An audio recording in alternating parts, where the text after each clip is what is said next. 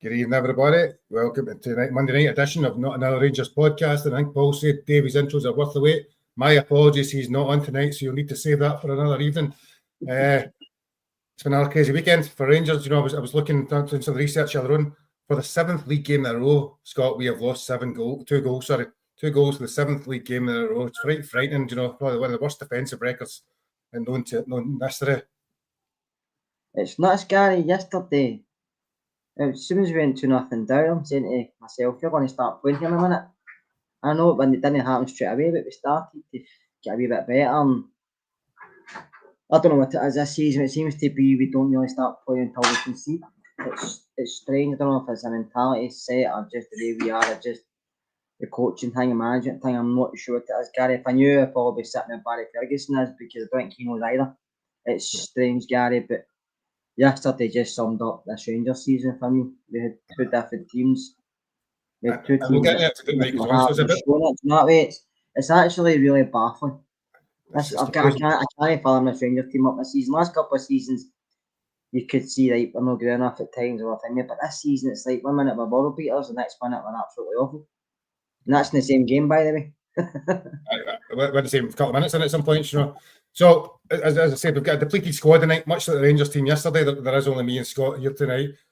Ricky is busy working. Hopefully back on Friday. And we have a bit of a treat for you. So I'm going to, tomorrow night, Tuesday night, there is a trial, there is a pilot, there is a first of its kind show when we have Davey and Ross will be on with their irreverent take. Is that the word you call it? I'm not sure what you say. So they've done it last week. They've done it last week, and they're coming back to do it again this Tuesday. And hopefully, the both of them can make it a regular thing. I know they're really busy with work and other commitments, but hopefully, Davey and Ross can make this even a monthly or a weekly or a fortnightly, some kind of point where they can come and talk how they like to view things, because I know they're a wee bit different for us, and it's good because people like to watch them and it gives them a wee bit to view their opinions to people. So hopefully they'll win tomorrow night between, I think it's 7 o'clock tomorrow night. 7 o'clock tomorrow night. Tune in. You can hear Ross and Davey's views on the world of Rangers, you know, whereas this board will probably talk more a little bit about the game before, the game after. They'll talk all things Rangers from the 90s right through to what's going to happen in the future. The other thing we're going to plug just before we start getting into the show is the Not Another Rangers podcast live. Scott, I'm going to hand over to you if you might give that plug. We'll come back to plug it again later on, but do that to start the show. Yeah, we've got a show on Friday, 16th of May, live at Oswald's in Glasgow. I think Oswald's might be posting it already. I'm not sure, but I think they probably will throughout the night the show. It's just if you want to come to it, there's posted it on social media today. We posted it in the YouTube page as well. So there's a link there if you want to come. There's tickets available. If you can't manage, that's great. You can always join in here. But like I said, it'd be great to see some of the people that come into the chat and some of the people that support us, because apart from seeing you putting comments, we don't really see you face to face. It's the same as you don't really know to see us apart from on a laptop, phone, whatever you're watching on. So it'd be great to meet people personally. So if you can manage that, it'd be fantastic. 16th of May in Oswald's, 7:30. Yeah. And you'll get to see that totally different. So Scott's 5'4" and I'm 6'4". You know, we both look the same on this screen, but 5'4", not Gary. 5'7.25", mate. I can exaggerate a wee bit. I'll be put in that quarter. The half makes all the difference, as you say. So 16th of May, please tell all your friends, and as always, please like, share, and subscribe to the show. The more viewers we get, the better it is. So we'll come back. We'll highlight some of the other stuff that's happened towards the end of the game. But I think for tonight, what we're going to talk about, last night's, yesterday afternoon's game against Aberdeen. We're going to talk about Player of the Year, Young Player of the Year, potentially Worst Player of the Year, that were all been announced over the last couple of days. The fixture split, and obviously what is probably our biggest game, what is definitely our biggest game of the season on Thursday night away in Bilbao, with a chance to reach a Europa League semi-final. So lots to talk about in the next 45 minutes to an hour or so. I suppose only one place to start. We have the game yesterday, Scott. I suppose the team lineup, first and foremost, 9 changes. I think when they came out, there was 9 players just thrown together, struggling to work out what formation was going to be. Your thoughts when the team lineup came out?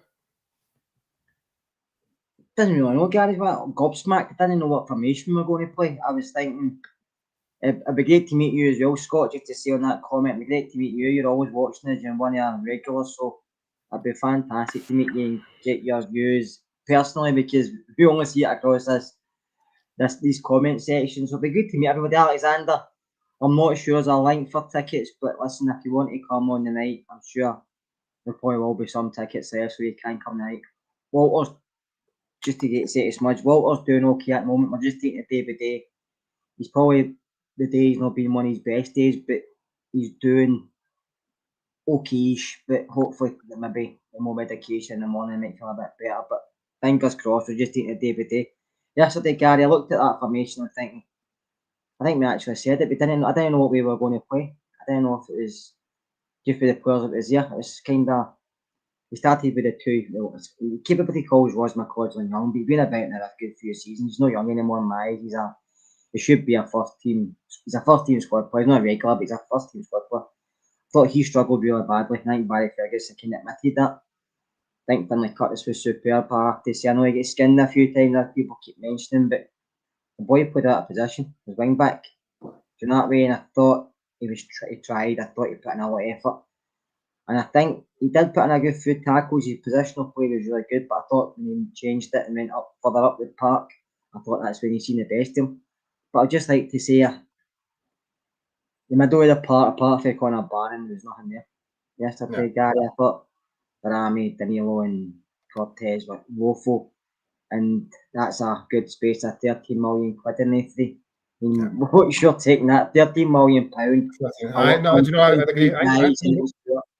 We'll get into a bit more each of the players because I think they are relevant as we go through some of them and who took their chance, who failed to take their chance, and where it went. So obviously, as you say, in terms of the team lineup, it was a bit of a struggle to understand what they were going to play. Do you know when you've got McCausland, his name the lesser seen Fernandez, who we might never see again after going off injured, Inciala, Proper, who's ropey to say the least, and Finlay Curtis playing a left wing back. It's probably the one and only time you'll ever see a back five that resembles it, and it's one of the times you'd ever want to see that back five. I think in terms of the game itself, it starts off. I think Barry Ferguson said before the game that there was a number of players carrying injuries. I'm trying to remember who was missing: Cherny, Balogun, Raskin, and then he had a number of players on the bench. So I suppose Scott, although he didn't admit it did seem quite obvious that he was prioritising a certain game Thursday night. I think he was, and I think we all did as well. I think, speaking of Friday night, we were all saying, listen, let's play a weekend side and go up there, because Thursday is more important. But see, when the game starts, that mindset changes. And see, when Aberdeen score, that mindset changes again. You think to yourself, I can't handle watching us getting beat. I can't. I mean, even though Thursday's there, you think, I can't watch us getting beat. I can't watch us playing really bad. You want us to start playing football again. You want Rangers to come to the fold. You want us to dig in and show a bit of passion. And I thought, apart from Barron and Curtis in that first half, Inciala at a point, I thought he was okay. I thought he was the best of the back three, I have to say.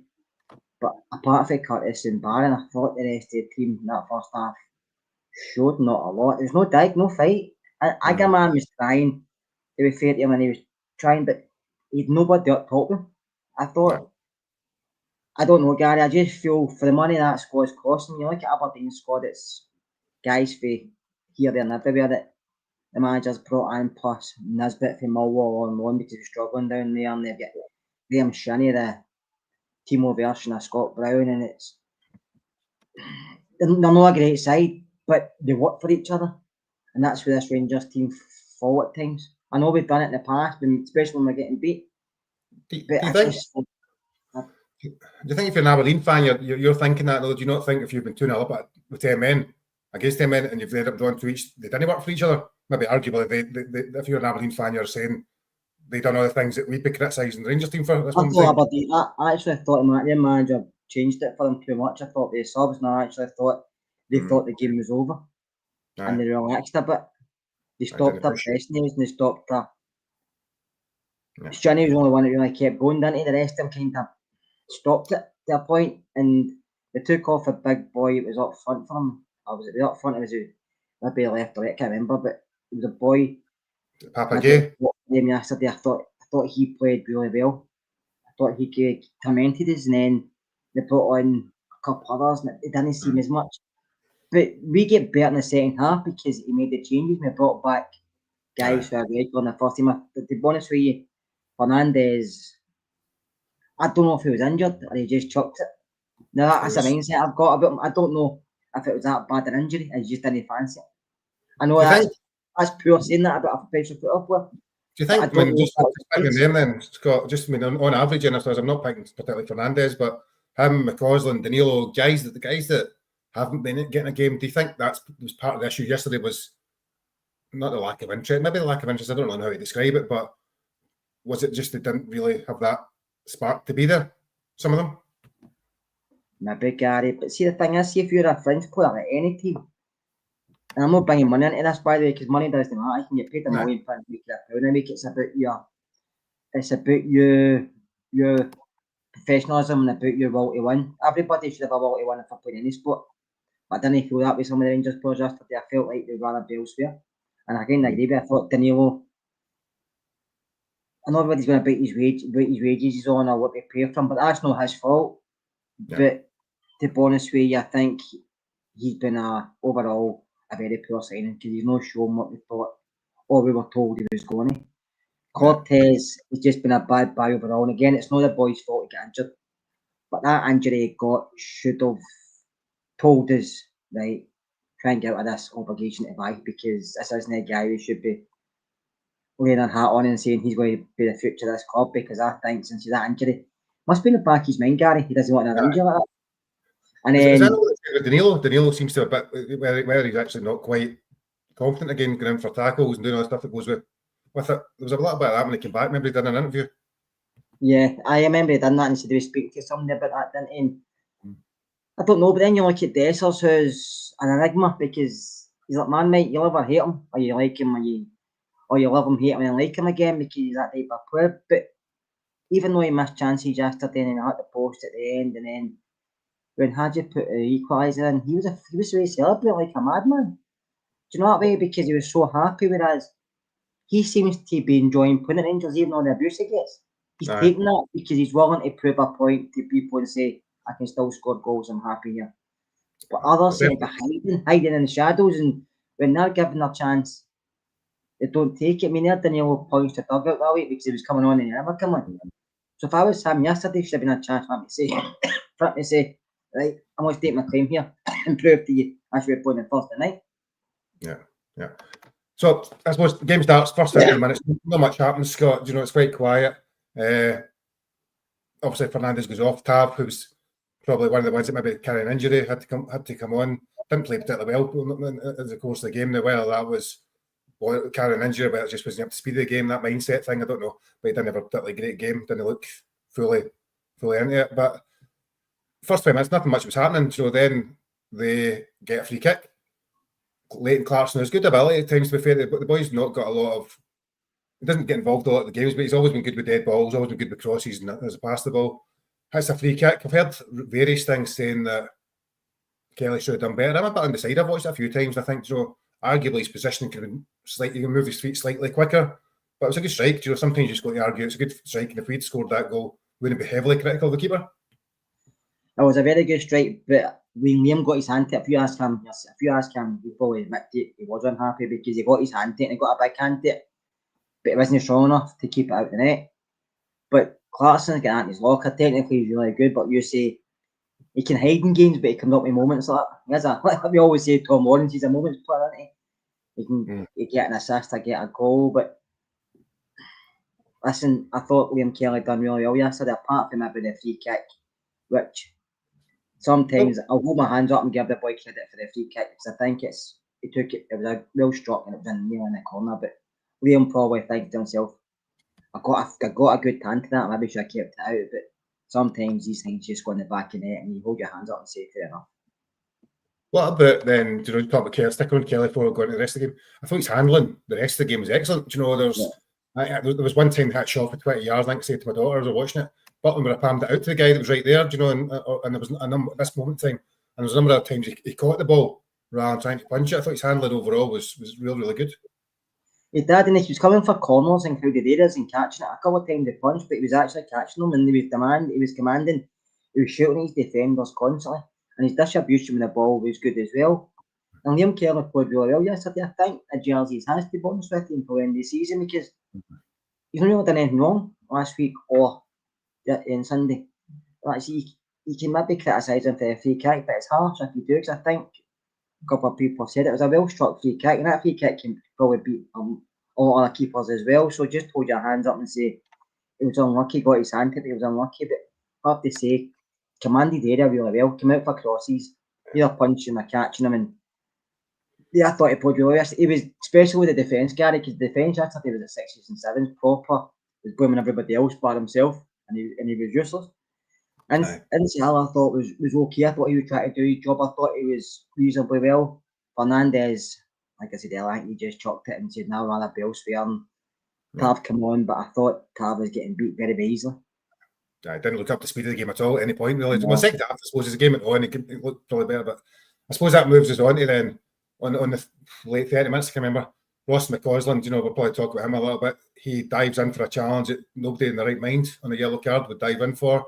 Gets sent off. By that point, he'd already had a number of fouls for the first booking, then gets out the second one. He had a cross bumped right out of the park.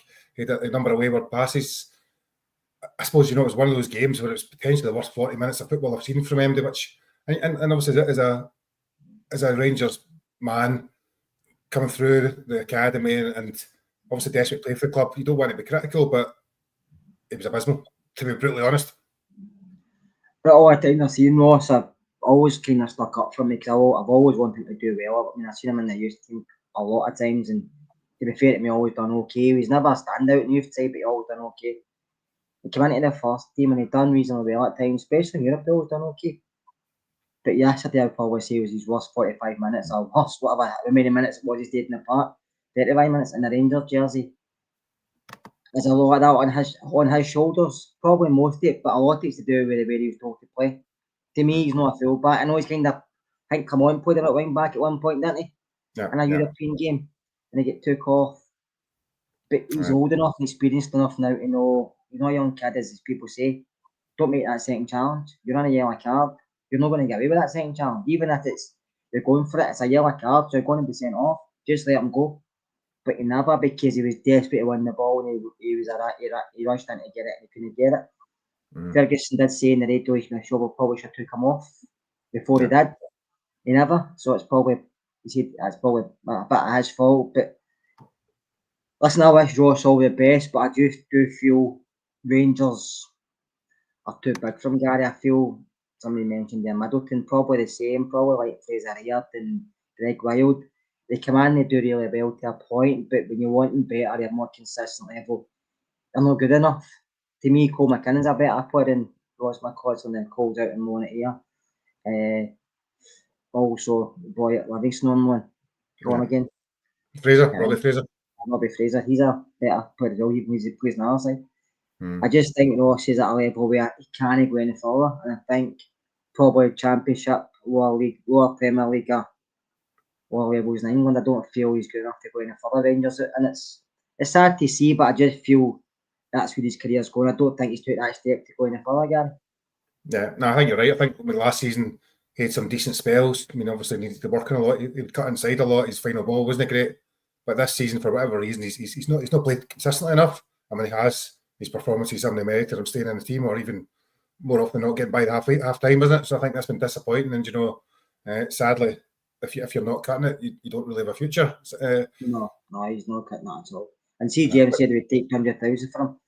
I'd hope to think we'd get more for that, because as an internationalist, do you know what I mean? He plays Northern Ireland, so as an internationalist, but I think it's maybe time, and he's not going to go on a big wage, so I think it's maybe time to get him off the wage bill. But I don't know if you've seen the Birmingham City game yesterday. They were dire, and Davis played okay, but Kieran Dowell was poor on that Wembley pitch, and at the end of the game, he was getting a lot of criticism from Birmingham City fans because he kind of played the full match and didn't play well. He was slow, he was lagging it, he was passing, giving the ball away. And the comments today with some of the Birmingham City fans, they don't want to sign him for next season, and that's him being promoted. So I just hope Chris Davis has got other thoughts, because I don't want him to come back to us. Well, the chances are, I mean, he has performed reasonably well there, so somebody in the English league would sell him. And I think in terms of Oswald, it's all right to say he's a squad player, but if a squad player can't perform when they come in off the bench or do it. No, They shouldn't be a squad player. No, I agree with you. I think his time at Rangers is probably finished, and maybe there's other guys in the youth academy can get that squad position too, or hopefully maybe bring somebody else in, another player for the Scottish leagues or elsewhere. Because I just feel Ross, you want players on the bench to come on and do something. You don't want players on the bench just to take up seats. See if you had an opportunity then, I'm just thinking this there when you said that, so see if you had an opportunity to sign Danny Armstrong in a free and release McCausland, right, just picking that example, would you think that would strengthen what we had currently? I'm not saying massive, the squad player wise. I would release McCausland and no sign Danny Armstrong. I think he's that great either.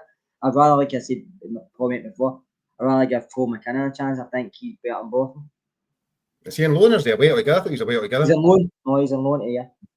I thought he went. He'd left to go here. So anyway, just before half time, second goal comes, and I've seen a few comments about Robin Proper. Curtis gets skinned here, to be fair, and that's going to happen. That boy, was it Jaden Morris? He's been in great form for Aberdeen. He's been playing well. Beats Curtis. But the interesting thing, you watch Proper for some reason leaves to set the striker. Yes, runs back to the 6-yard box, starts pointing to, I think, by Rami, who's about 30 yards away. Now, arguably should be back quicker, but you mark the man, know the space. Listen, Curtis get beat. As soon as Curtis get beat, if you're a defender or a defensive mid, you have to make a position to stand in for that cutback. You don't go and cut back. No. So you don't mark space. You pick a red shot and stand between him and the goal side, so you don't get it. It was a very simple goal, Gary. The boy had time to pick his spot, and no wonder Liam Kelly wasn't happy. And Proper's pointing everybody else but himself. No. And he's another one, Gary. Can't be here next season. No. He was a bad signing in the first place. I gave him a chance. I thought he was experienced. He's been a captain in Holland for a good amount of years. He's played a lot of football. He must know the game really well, but he just didn't seem he can't pick up the Scottish game. He's been reasonably okay in Europe for us at times. No. But he just can't really understand Scottish football. I don't know why. It's like he gets lost. But in Europe, he seems to be more positionally aware. He seems to be more astute. He seems to pass the ball better. But in Scotland, for some reason, he's like a rabbit caught in headlights. He doesn't know where to be next. And then he blames everybody else by himself. It's strange, as you say, he was a captain in 20. Yeah. There's nothing about him when you watch him play that shouts out captain. He doesn't talk during the game. He doesn't really get involved. He just kind of doesn't take accountability, responsibility. He is a kind of strange archetype. Maybe it's a Dutch captain. Maybe that's the way they do it. But it doesn't seem to lead in any way for a centre half. No, and he scored a few goals for them as well when he was over there. But generally, he scored 1 or 2 for us. But I don't know if you look at it, suppose 100%. If you look at anybody's highlights on YouTube, you think there's a player there, don't you? You can make anybody look good with a couple of highlights. But I just feel maybe he's came to us too late in his career. 31's quite old for a centre half. I know David Weir played for a while, but David was head and shoulders above Proper. Even now, and he stopped playing years ago. But I just feel he came too late in his career. I feel it was a bad signing. I feel when Conor Golson left, he didn't really have to fill that void with something like that, which I maybe looked younger or. I know we brought in a couple of boys in Loin Casemiro and we brought in Fernandez, but I just feel for a centre half in Scotland, they don't have to be the best footballer, but they have to be able to defend. And that's what it's a balance on it. You don't get a defender. Because Nico Katic, right, for example, I wouldn't want him back because he couldn't pass the ball. Even arguably, you watch Liam Balogun, he can defend, but he can't pass. Sorry, it's that kind of balance in it. But whereas Proper, he's not a great passer, but he's not strong in the air. He's not physical. I don't really know what his attributes are. Anyway, as you say, I don't think he's going to be here at the end of the season. We're not really focusing on that at the moment. Just before half time, we score a goal that the ball is out of play, or arguably out of play. Nobody knows because you can never tell. We don't have goal line. We don't have technology. Looked at the play. Good play by Curtis, and a nice finish by Gaman. And maybe you wonder if that kind of changed the tone of the game a little bit, even though it didn't actually count as a goal. I think it did. I think it gave him a bit of a wee boost to say that we can get to this small beginning like great. Aberdeen aren't great, Gary. They're not physical, they're strong, they come at you in waves, but if you kind of slow that down, they're not great. Hibs are a far better side than Aberdeen. But it did. I thought Agaman had a cutter yesterday where he got into good space, but he just wasn't giving the ball quickly enough, or he wasn't running off him. Curtis done really well. I think he just took that extra touch at the end before he got it across. To be honest with you, I thought the ball was out. That's just my opinion, but that's only me with looking at the TV screen. I thought it was just barely no more, but sometimes these shadows and other stuff without technology, you can't see if it's in and out. But with the crossed it, he put it away well. But it gave him that wee chance to say, right, I know it's offside, I will offside. I know with this, we could have out the park, but we've run at him and we scored. And I thought Curtis done that well. And I thought when he moved up further apart, I thought Aberdeen were more worried about him than they were about anybody else at that point, because I don't know about you, but Barami, Agaman, and Cortez. I mean, Cortez has been injured. Danilo's been injured, right? No, Agaman, Cortez is talking about injured. I got Danilo. Barami, we signed this guy, Barami Gary, who's played in the World Cup, who's supposed to be this. When you look at him, he's got a bit of talent, and running with the ball started the second half, you thought there's a player there. But we can't keep saying that about him every game, because he has to start to be consistent and show it. And I just think he's another one who doesn't suit Scottish football. He's never a central midfielder, but he's never a central midfielder. That was obvious watching the game. He doesn't have the range to go out. But I think when he's always looked to me his best when he plays left, kind of that left number 10 or left kind of side, because he has got a bit of ability. But as you say, he's not necessarily showing it. But the position he was in was literally just a body stuck there, wasn't it? That's because there was nobody else playing there, and it showed the whole first half. He didn't contribute much at all. But see, do you think he hides in games? I don't know if he hides. I'm often convinced we don't really play him in the right way. Because I'm know we're going to talk about him later on. But you watch Hadji a lot of game, you could argue he's not contributing much in the game because the style of player he is. Obviously, makes a big difference in the game. That type of player, I think sometimes it is often about moments a game. Do you know in some ways? I don't think Hadji but contributes because it doesn't. I know he can be. You say he might not be involved as much, but he doesn't hide. He comes back in defence. He tries to get tackles in. He tries to win the ball and get. He doesn't just go away and think when the ball comes to me, I'll do something, but I'll need to wait till it comes back to me. He goes, looks for it. I know. I'm not saying he's playing well by time. I just think there's maybe I'd give him a bit of pass for playing central midfield. I don't think it's his position. I don't think he looked good, looked comfortable there. He certainly played a hell of a lot better in the second half that he was on. So, we do make the two subs, Dio and Jeff, to come on. I do want you to pick up on Cortez and Danilo, but Danilo especially, I think he was abysmal. I thought he was shocking. I thought his effort was poor. His touch was even worse. And you get a lot of people still continue to talk about Danilo should be given more of an opportunity. There's nothing I'm seeing in most of the games he's playing that's really offering that. And maybe it's just me, but at what point do we start to say, he's a bigger issue than some of the other issues we have? Listen, we've got a lot of issues, Gary, haven't we? Just don't know what one tops the list, because every week there's a different one at the top of that list. But I think sometimes it's better to cut your losses with some players. I think Danilo was one of these. I think if there's any interest in the summer, we've got to have a serious look at it. Maybe just see if we can get back from him and maybe move on to somebody else. I just don't think he's going to work in Scotland. I don't see nothing there, apart from glimpses in some games, but I don't want glimpses in games. I don't want to be sitting here at the end this time next season saying, but he done okay in a few games, but he was poor. I want somebody to come in and actually look decent most of the time. Do you know what I mean? I get a man been in and out of games, been out of the team, in and out of the game at times, but you can see his work rate at times lets him down. But you can see when he gets the ball, he's got quality there to do something. Whereas I don't see that with Danilo. I don't. But whereas Dessers gets abused, and I'm not his biggest fan, but he offers something more than Danilo does. So see, Aaron's saying that Danilo plays better off the striker. I suppose and I'm not picking that as an example. I suppose my issue with Danilo is I still don't even know what he is as a player. Nearly 2 years down the line, I don't know where his particular attributes are, and he's not massively. The two of them together at final. No, they weren't. No, I think it's season after each other. I'm sure it was season after each other. I think he played with Cherny. I was maybe wondering if they played up front together. I don't know if they were together or just.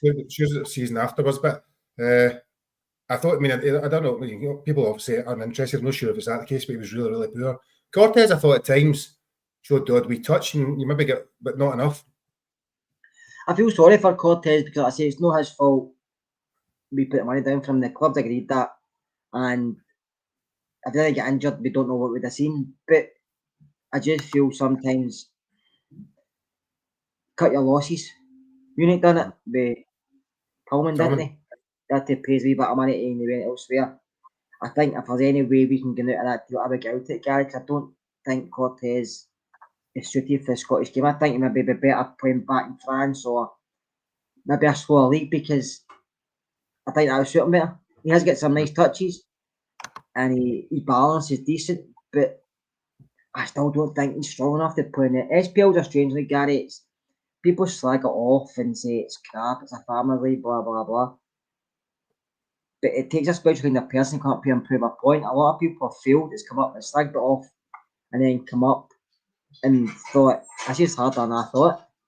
Yeah. Do you know that way? And a lot of people come up and don't realise how hard Scottish football is. I mean, Jamon Defoe said that when he first joined Rangers, after he played in Canada and US, whatever, and then he played in England, and he played with all clubs down there, Spurs, West Ham, whatever, Portsmouth. He come up and didn't realise how fast Scottish football was, how physical it was, and he said you had to need your wits about you, because in England they said you're up against better players defensive wise, but you've always got to be set to get a touch before you can take a shot. I said up here, you got a guy that you don't know before, and next you get the ball, it's like smash, and he's on top of you. But he maybe shouldn't deserve to be in the same park as somebody like Jermaine Defoe, but he's no afraid of him. So I just think it's difficult to come up here and play. I think, as in, you can see that with some of the players they've bought. Some of the players they've bought, they're probably decent players in their own right, but I don't think Hopkins looked at players that suited to the Scottish game. I think he looked at players maybe for European football, because that's some of the better games in Europe. But for the Scottish game, it's a different mentality, it's a different attitude in Scotland. You're playing against guys that don't care. And the referee, and the referee says not good either, but you go to St Mirren, you've got guys running at you full pelt, you've got guys breathing in your neck, proper doesn't like that. And you Cortez, and they all don't like the hassle with defenders. And whereas you're playing Europe, good teams sit back a bit, let you come up to a point and then come to you. Whereas in Scotland, it's totally different. No, definitely. So second half comes on, Egeman scores quite early, good goal, took it well, nice touches, bad defending for Aberdeen, and again 3 defenders around him, but nice finish. And then after that, I suppose the game kind of dies. I don't think enough of what happens. Aberdeen don't really go at us with any real pace. They have a couple of shots by the post that maybe should do better with. Kelly's pretty untroubled. And then the game just kind of ticks along. I'm trying to think, it was pretty non-existent as a game. For the goal right enough, Gary, Curtis's flick on was really good, because Curtis is bigger than you think, and he gets up there.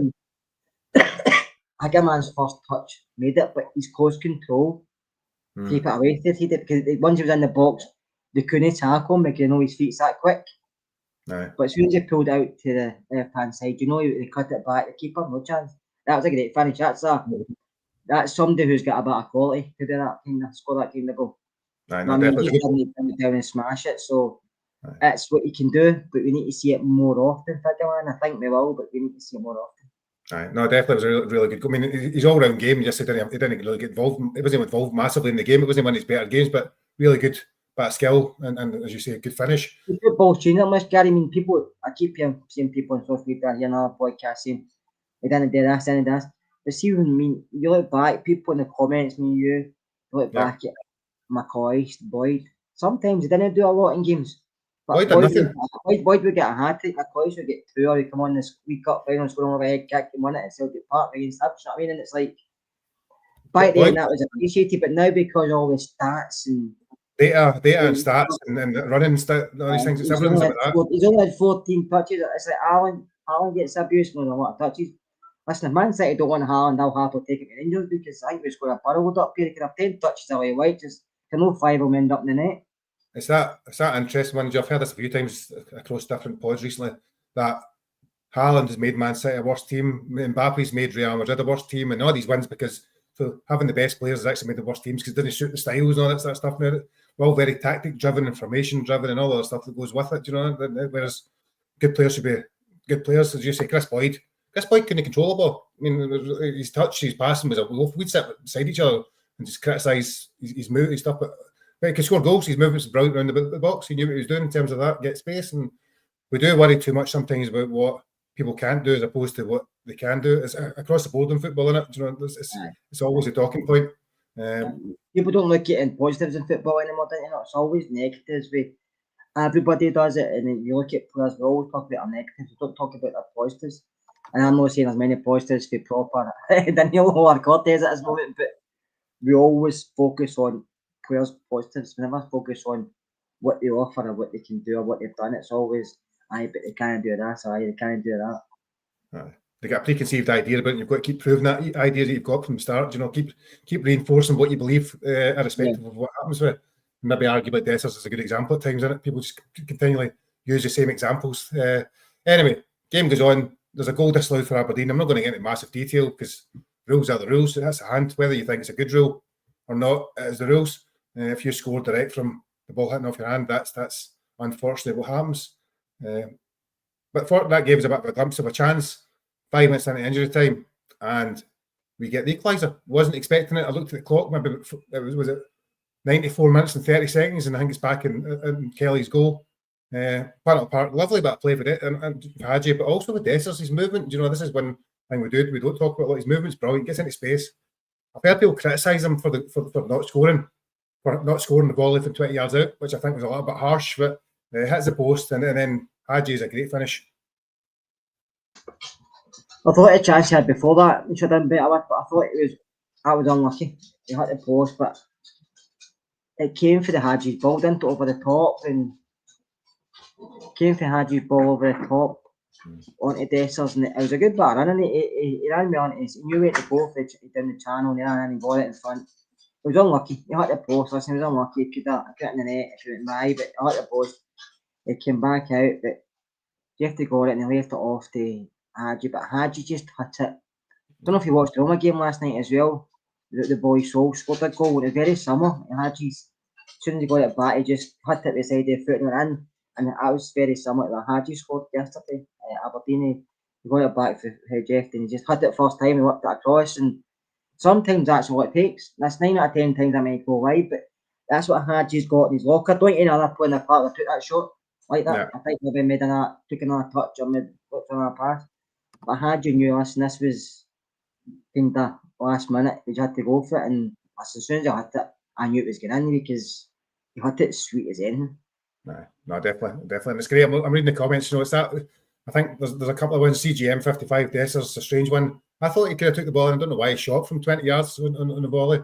And you've got Robert saying, you know, he missed. So he missed, you know, I think there's truth somewhere in the middle in it. You know, it was a decent strike, hits the post.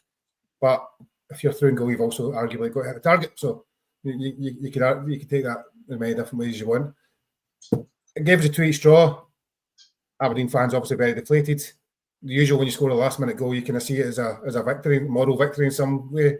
Certainly came back for 10 men down and 2-0 down. It showed a bit of character, which is often accused of the team. But in the grand scheme of things, it means very little. You know, it's just delaying slightly the inevitable. That is, Gary, but Jesus Christ, sport punditry, boy, and something that's getting tiresome. That's embarrassing. Very, very tiresome. It's a bit enabling character. The forum, the Spanish way, bring back guys who actually talk about football. I mean, or talk about what's happening in the game and move on. But that's kind of wee sound bites and getting back and forth each other. It's getting to a stage where you feel embarrassed for it, too. Do you know what I mean?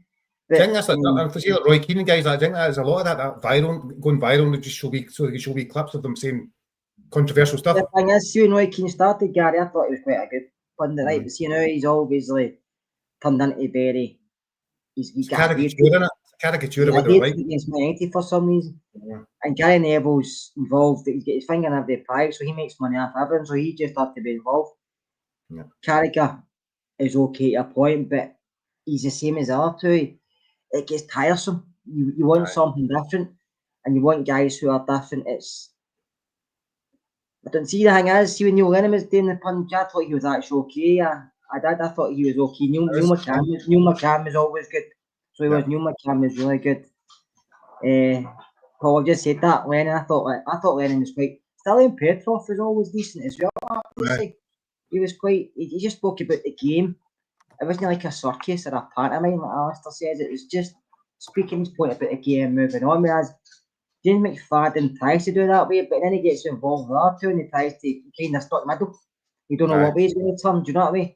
But no, I think some of the pundits have to maybe move on and bring maybe the younger ones or newer ones in who maybe can just cut the nonsense, because about the banter, whatever they want to call it, it's not really that great, Gary, is it? It's kind of embarrassing. And then, to be honest with you, certain team we shouldn't celebrate at all. Listen, he's got a point, right? But if you're getting beat 2-0 and you're down to 10 men and you pull it back 2 weeks and you scored in the last second, if you're there, or if you're sitting in your living room and having had your scores, if you don't celebrate that, then you're not a fan. No, you shouldn't be bothering football. Go and do something else. That's the thing a football fan does. Yeah, in the grand scheme of things, it's pointless. Well, it's not pointless, but it's not going to help us this season. But 2-0 down with 10 men, you come back to 2 weeks against a team who think it's a rivalry, but it's a rivalry one way. It's all coming for them, it's not coming for us. And you can see how much it hurt them compared to us. We were happy just walking off the park. And then Graham Shannon's still away with it. He started getting aggressive, and it's like, what's the point? It's 2 weeks, you're going to get beat. You just threw the jersey in at the end of the game. And that was Aberdeen quite a lot. Up there, we've done it a few times, beating us, and then we've come back, either stole a pointer, and that's quite Arfield, we get 3 points. It's just one of the things. Listen, like I say, football's football. If you're a fan, you don't celebrate your team scoring, then you never want your own team to get beaten, no matter what happens. You never want your own team to get beat. You might want changes of playing lesser team, like I said on Friday, but any lesser team at Rangers should still be going to Aberdeen and getting some. And scoring a last-minute goal is all about the emotion in it. I respect it. Last-minute equaliser is about the emotion that goes with it. It's exciting, no matter what the league table looks like. I'm sure if St Mirren or Hibs or these other teams are doing it, it's not necessarily going to win them a title, but it's still achieving that same feeling. That's what football is all about. It's about a feeling when something happens in it. So I was going to talk a wee bit about the player of the year. Now, maybe come back to him on Friday, because I want to focus maybe more on the game coming up. Before I do, though, the post-split fixtures are out today. We are away. You need to mind me because I didn't run away. St Mirren, is it? And then three home games before we finish off away to Hibs, is it? Hibs, I think. Now, I'm presuming, and I've not looked at the other things, I'm presuming the reason why we're away first, despite having 3 home games, because they want Celtic to play at home first to try and get the title wrapped up, so they can try and get out of the way. I'm assuming that's the way the fixtures, and then again the last day of the season, so they can be awarded the trophy. I'm assuming that's why we've got a batch of 3 in the middle at home. I'm actually surprised we get 3 at home, but one midweek, isn't it? One in the midweek. One midweek. I think it's between Celtic game in it. I can't remember who it is. That depends on European games as well, doesn't it? Because if you get through, is one in money to move? No. I can't remember. I can't remember. The interesting thing, if Celtic, I'm not saying the will, but I don't know. I don't know who they're playing. But if they lose the game, if they were to lose at Parkhead, which is probably unlikely, but it does mean that then come to Rangers, the Ibrox the following week, still the title to win. See, the thing is, Gary, we have to go to St Mirren. We've lost to him twice this season. True. Do you know that way? So it's no guarantee we go there and win because they beat us twice. We should know that, but not to count any chickens. The whole season's been like that. Doesn't matter when they win the league. They're going to win the league. It's inevitable, so it's going to happen. Do you know what I mean? I've seen people say, "Well, we should have made it the Old Firm game in the first game." Why? Just to appease folk. It's the way the fixtures are. They're going to win the league. Be it next weekend, following weekend. Who really cares? Well, no, next weekend because the Scottish Cup semi-final, isn't it? So no, it's the following weekend. So they're going to win the league at some point. So who really cares when they play?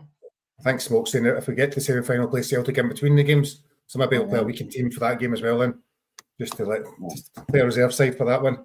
The thing is, Gary, I still say back to see if it was neck and neck at the top of the league. There wouldn't be any away fans at this year's any of these last 2 Firm games. Mm-hmm. Because you're so far ahead, they gave us tickets. We thought they were going to have a party a couple weeks ago. It never happened, but now they're coming to Ibrox and they'll make sure they celebrate and blah blah blah. And I bet you that the post act totally different at Ibrox than they did when you got there. Yeah. I think as CGM says, if we do beat them 3 times this season and lose league with 15 points or so, that's a shocking season. But we all know that, and no doubt we'll dissect that as the season goes on. Do you know a bit it's more? Actually quite embarrassing, isn't it? You think of it? It's crazy. It's crazy. It shows how bad we've been in a lot of the other games. I think I was listening to the commentator yesterday saying that we were the first time Aberdeen had beat us twice at Punditry in 20, 30 years. And he was joyous to talking about that repeatedly. I think I'd lost interest in what he was saying by that point, as Ian Crocker often does, likes to pick up every stat about when Rangers lost this and lost that. No, he does. He does. He So doesn't like him as a commentator. He's another one that should be pinned. Aye, no, definitely, I think so. So Thursday, we'll talk for the next 10 minutes or so about Thursday night. Our biggest game of the season. We have a one-off game against Bilbao to potentially make a European semi-final. Now, I was saying to somebody, our European record probably the last 10 years, or last 8 years, is probably the best in the modern era. I think that's fair to say. I think the last, we've obviously been to games since the 80s, 90s, all the rest of it. It's never done as well as this. No. At any point. I don't know if the 3-4 didn't help at some points, but we never done as well as this. And is that detrimental to the league form? Or is that just the way we are as a club just now? Listen, it's the biggest game of the season so far, no matter what's been on before. And they have to throw everything at Thursday night. Because if you get the semi-final, you never know what can happen. Because Man United are a joke at that moment, they're a mess. And Leon have been up and down, so actually probably be the hardest game they've got. I'm going to pick up Paul's question then, right? So I'm going to ask you this then. Would you play Egeman or Dessers or both on Thursday night? I reckon Dessers, I'll put my calls to Max, I said this last week to you, but I reckon I'm almost certain Dessers will start because I think they suits the style that they want to play in these European games. I agree with you. I think Dessers will start, but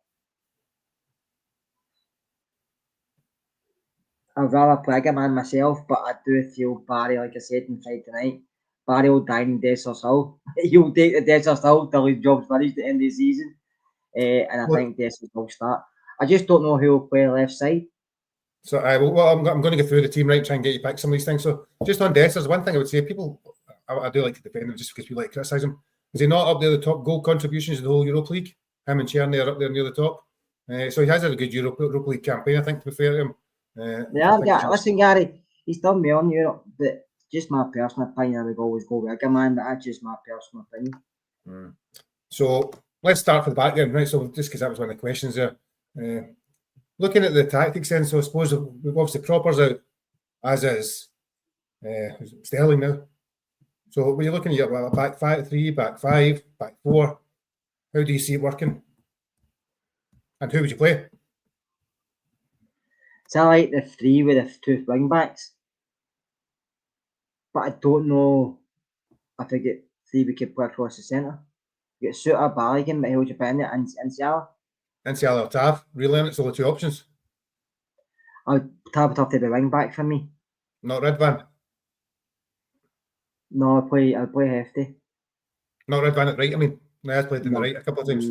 No, I would play Tav, I think. That's just my opinion. I don't know what Ferguson will do, but I would go with Balogun, Suter, Balogun and Ciala, and I'd play Tav and Hefty and at wing back.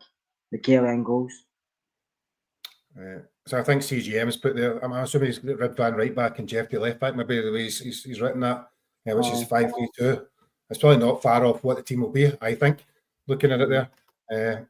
It's just my personal. I think Tad does okay, tucked inside, but he gets caught as well. But he's decent in there for me. But I think if you played Ciala next to Balogun, Ciala's good in the ball.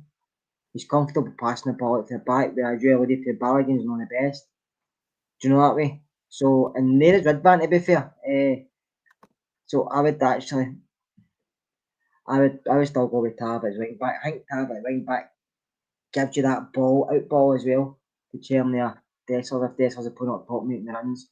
I don't know if Redvan's got that ball. I know at times he has, but other times he's been woeful.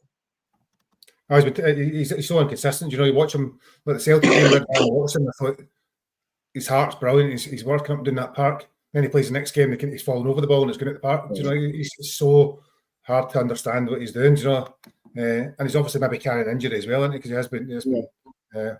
So on the basis, you still think it's going to be 5 at the back though, or 3-5-2?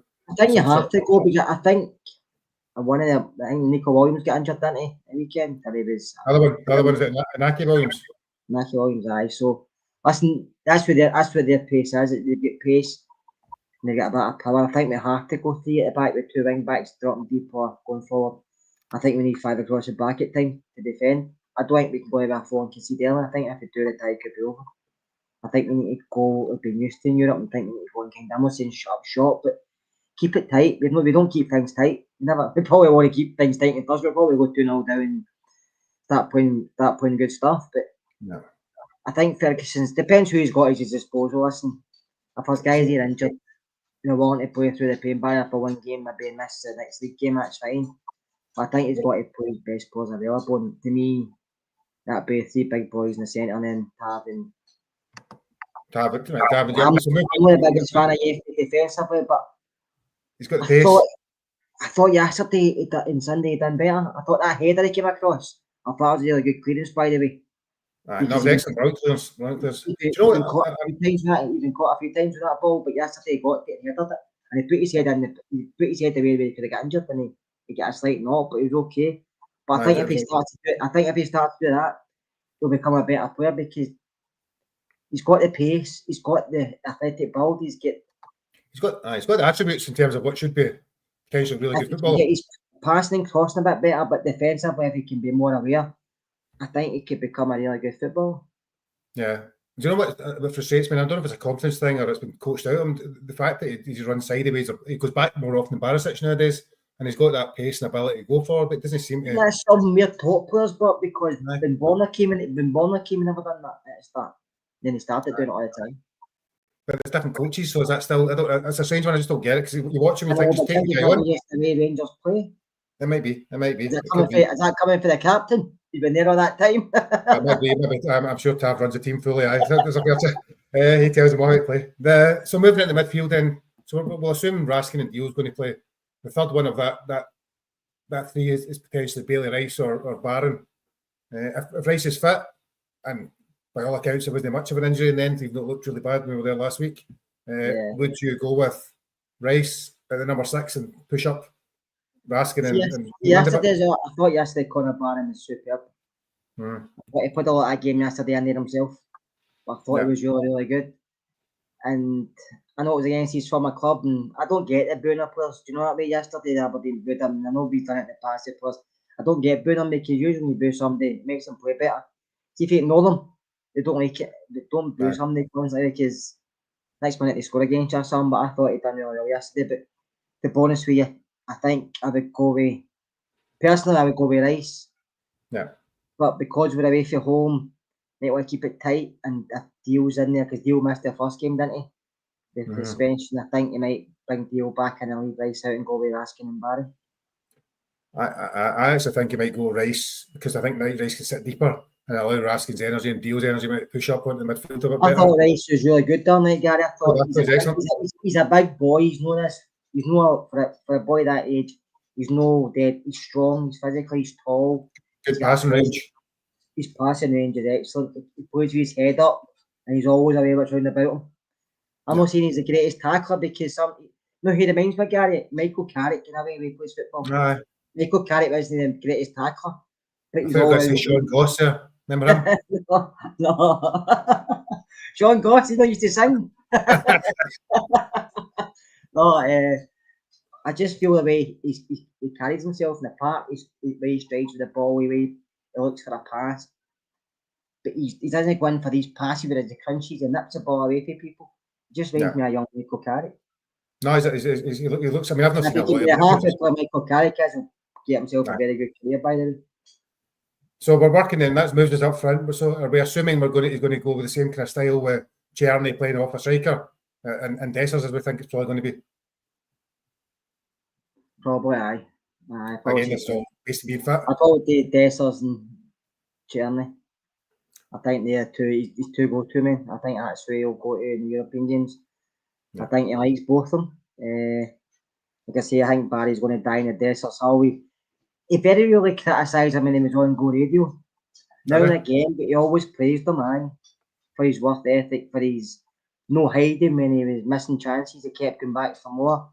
A lot of people didn't, me being included.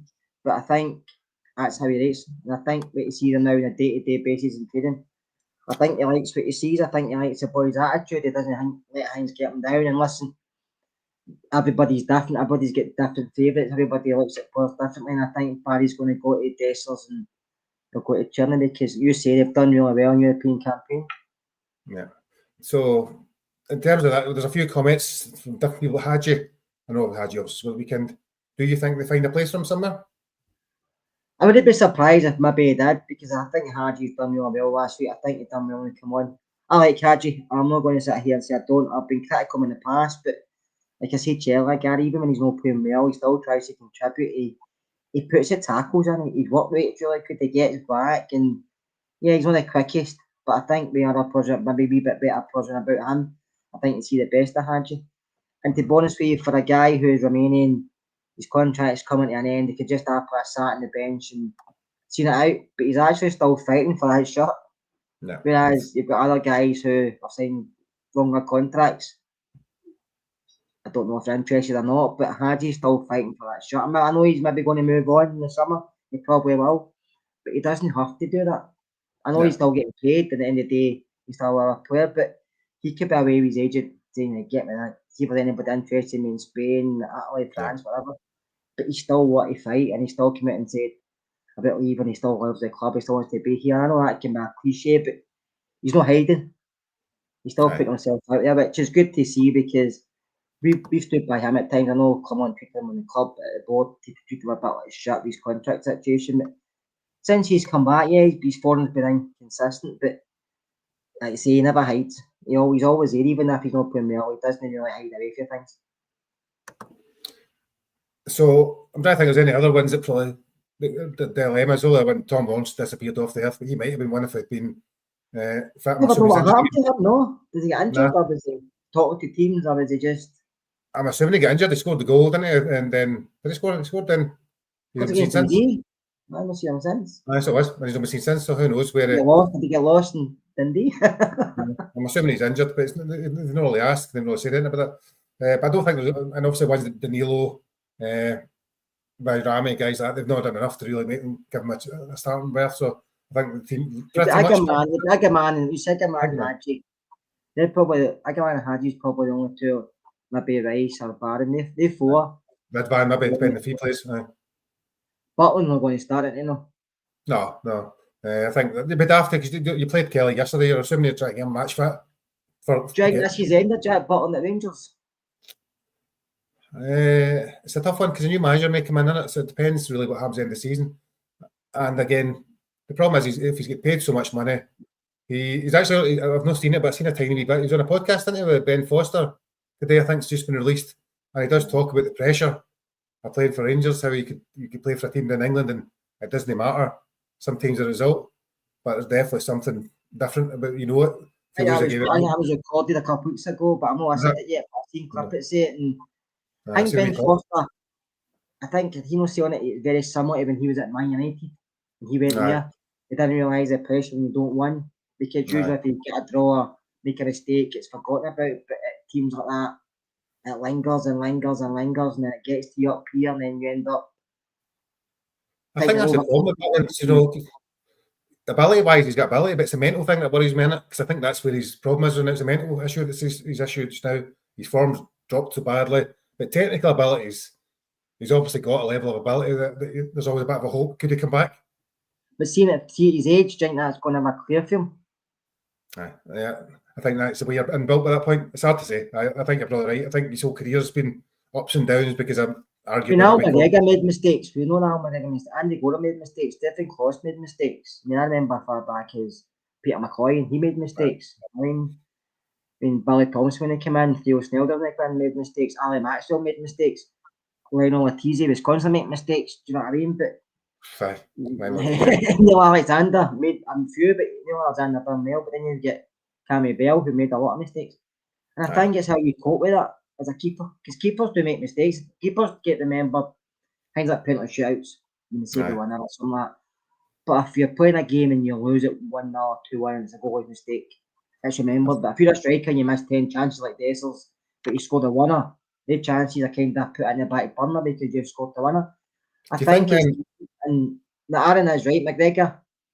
didn't let things get to him. But I think he built that mentality up over because he was at Rangers, then he left to go to Turkey, then he went to Hull, and then he came back up the road. And I think being away and coming back might have changed that mindset for him slightly. See, ask it the other way. I'm going to ask you a question. Do you think Butland can turn it around with the fans, or do you think people, the way we are nowadays, you'll remember as soon as he makes a mistake, he'll be hammered and crucified again, even if it was to come back? Do you think that you can turn around that perception? It's a bit like the Dessers argument. Can you turn around people's perceptions of you? I think you can. I think football fans, a lot of football fans, what you see on social media is only a very small percentage of what's happening actually in your life. But I think you can. I just think some fans are fickle, but we all are. I mean, I'm sitting here, I've been criticising Dessers running off all season. But if he scores on Thursday night and puts us through, I'll be over the moon, I'll be singing his name, do you know what I mean? But that's what fans are like. It's up to the player, it's up to each individual. Taz had a bit of criticism, bounces back. Dessers has constantly had it, but he keeps bouncing back. A goalkeeper's probably a different mindset to be a keeper because it's very difficult because you're not in there with other strikers or you're in there with maybe one or two other people. It's a kind of more lonely position in the team. And if you make a mistake, because you're the last line of defence, as you say, you have to shoulder that blame for another 10 guys. Yeah. And it can be daunting at times, but that's up to the keepers. You must know that for when you start playing as a kid. Aye, that's life. You know, I remember coaching a team and nobody wanted to go in goals. You'd have a squad of 17, 18 boys and you say, who's putting in goals on Saturday? And with a couple of boys who are really good keepers, but I don't want to play goals because I get abused and I let it go in. Aye, you can save 10 as soon as you let in one, you're all the abuse under the sun. That's what happens, aye. And that was kids, so you do feel from when it happens. And I don't me criticising because we pay money to go and watch them, or we see them on TV, and we're fans, and I think we have to do better. The football club, we need a better going. And Kelly comes in and does usually well, but if Liam makes a mistake, does he get the same criticism as Jack, or does he get lesser criticism? I know he made a mistake when he came in before, especially away Easter Road. We don't really know. Do you think the problem with Butland is because people think he's on so much a wage? And to me, that's always smoke mirrors of wages because that's not their fault to get that. They ask for a big wage, but the club don't have to give them that big wage. That's up to the club at the end of the day. The argument about Butland, this whole big wage thing, I don't really buy into it because also we got him for a free. That's why he's getting paid a big wage. So it's balancing a transfer fee in it. There's lots of things around that. I think the problem is fans, as you say, fans are fickle. I remember 2 years ago when before Butland came, there was arguing about Ross McCrory should get a chance. He deserves it because he played 2 good games. Now, no disrespect to Ross, but you watch him now, he's sitting on a sub bench at Kilmarnock. That suggests that potentially he is and wasn't good enough. We don't really know. Same with Liam Kelly. He plays a couple of games and now he's the best keeper we've ever seen. And that's the problem, is you build people up quickly. Ross McCausland last season, do you know, everybody, you try and latch onto something, don't you? And then as soon as it starts to turn, you then become very critical of them. And that's football. It's always been the way. I think it's in terms of Butland, I'm not sure mentally. I've said this before. I'm not sure mentally he deals with pressure very well. He looks like he can as an individual, but I don't think he really does. No, I don't, and that's why one reason I think we might not see him next season. I think pretty Creed's a Saturday at Manchester's bench. It's a third choice for more money and be under no pressure. But he thought maybe he wanted to test himself again. But to test himself again, I'm afraid he's picked the wrong club. Do you know that way? To test yourself for pressure. But listen, wherever he goes, good luck to him. If he stays at Rangers and he works himself back into the team, like you said, that's up to the new manager. It's not up to us. And if he does that, then we hopefully see a better Jack Butland. But I do feel maybe the summer we'll get another goalkeeper. Guys, I was just going to finish this question right before we go and get a score prediction. Do we both think that Tav is finished? We've had this. Tav's a discussion. We've not actually had as much recently. But, he is 33.5, I think now, if I remember rightly. 34 and up to. Against Atletico Bilbao, he's probably man of the match, if I remember rightly, from most pods. Yesterday he was pretty abysmal. You know, he's not the player he once was, in my view, but he's still probably better than the majority of players that we have, sadly. And that's a recruitment thing. I think next season you should be looking to start him, but if we'd have been disappointed if he's still part of the squad, probably not. I think the problem with James Tavernier is you kind of nailed it in the head. We've not replaced him. Aye. And that's a problem. And he doesn't get a hold that often in some games in his time here. We still expect it and he can't do it anymore. But I do also think Gary's probably been here 2 years too long. Yeah. I do think he should have left maybe 2 years ago. Mm-hmm. But did they get any offers? I don't know. Did we take any offers for him? I don't know. And at the time, every manager that came through the door, because we're changing managers quite regular, we're happy for him to stay. We're happy to stay as captain. So if that happens and he's been told that with different managers, he's not going to go anywhere. But I do think next season we need to start with a fresh right back. We need somebody who we can think is going to be a long term, because Tav's not going to be a long term anymore. I'd agree. And I think the challenge is, when people, this is nowhere near his best season, and he certainly shows you the fact he's not in the Player of the Year list for the first time probably in the 9 years, 10 years he's been there. But he's still our top assist, I think, if I remember rightly, and still scored a number of goals. So I think he's certainly day two together. Him, Dessers and Cherney are pretty much the only ones that have contributed in that sense. So sadly, our squad isn't strong enough that he still has a role to play, despite the fact he's on the wane. And I think that's. You still next season, Gary, we've got that many positions we need to prove on, and that's not going to happen in one window, I'm afraid. It doesn't matter how much money we've got to spend. That's not going to happen in one window, because the manager would have to come in and with a new director of football and do it straight away. And I don't see that happening in one window, maybe even 2 windows. I think it's going to be, because we have to. This appointment has to be kind of spot on, or at least 80% close to it, because we can't be sitting here this time next season thinking, right, who's the next manager for next season? That can't keep happening, because if it does, as a football club, we'll go nowhere. So I'm hoping this takeover is announced sooner rather than later, and then we know who the manager is going to be, because that's a big question. Mm-hmm. Until those things, we're not going to know. And I suppose at the end of the day, we've got another month of the season to go. Then we can talk about every single player's future over and over again till things become clear. Give us something to talk about in the close season. So just to finish up on Thursday night, how confident are you? What do you think the score will be? Do you think we can reach the semi-finals of the Europa League? Well, if I didn't think so when I was watching it, I do think we can. I do think it will be extremely difficult, Gary. And I do think we'll get a draw and it'll go extra time, and then by that time, who knows? By that time, I'll have no nails left. I'm not getting any at the moment, but I'll have no nails left, and I'll be sitting on the couch shitting myself. Right. And our European record away from home for the last couple of years is outstanding, and it seems to suit our style. So it's one of those ones that logic would say playing against the favourites for the tournament. I think it'll be 2 weeks, Gary. I think we'll draw 2 weeks, and I think it'll go extra time. To which I'll happily take Paul's 2-1 extra time, which I'm sure he does.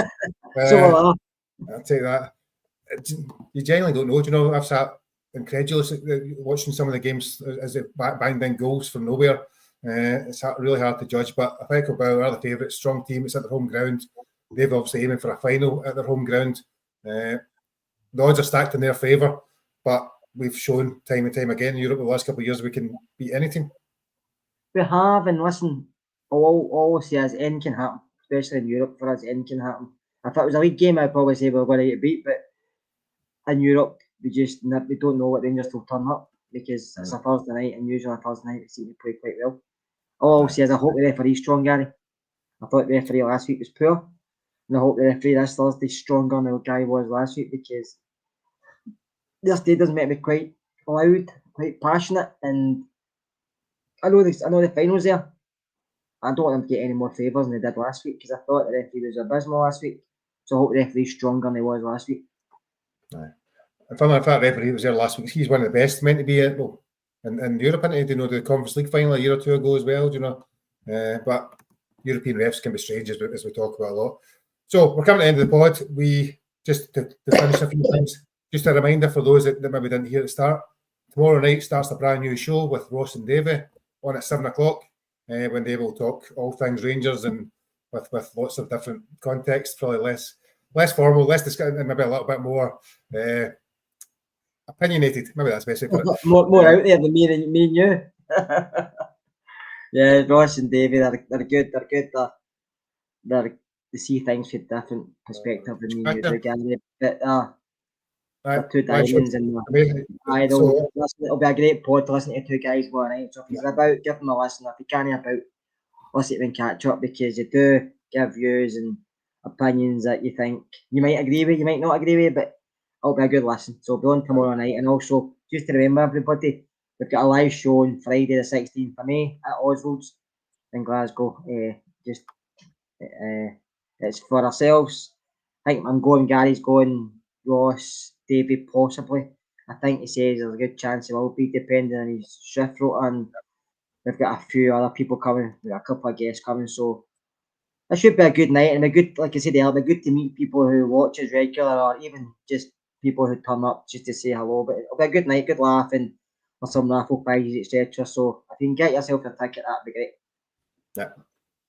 So that's us for this evening. To show us to the back on tomorrow night, and we will be back on Friday night with the lowdown on the game the Thursday night, and hopefully it's a positive result. We're in a European semi-final, and we are all buzzing.